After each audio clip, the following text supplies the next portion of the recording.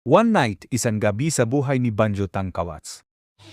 Saan kaya ako magnanakaw? Ini, mini, mini mo, sana nanakawan ko. Ayun, doon ako magnanakaw. A few moments later.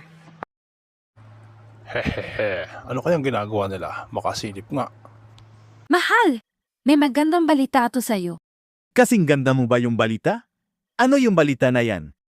Buntis ako at ikaw ang ama. Ay potek! Malamang, ako asawa mo alangan namang si pare ama niyan. Wait! What?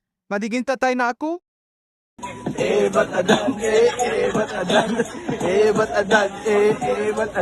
Meron din ako sa yung good news, pero meron din bad news. Anong una mong gusto marinig? Siyempre good news muna dapat.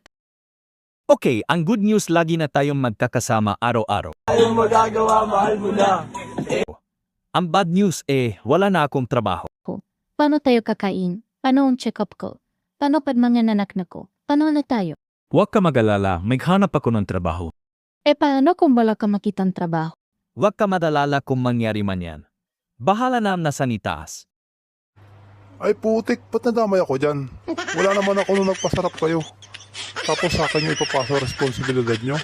Mga irresponsable, makalayas na nga rito. Madadamay pa ako.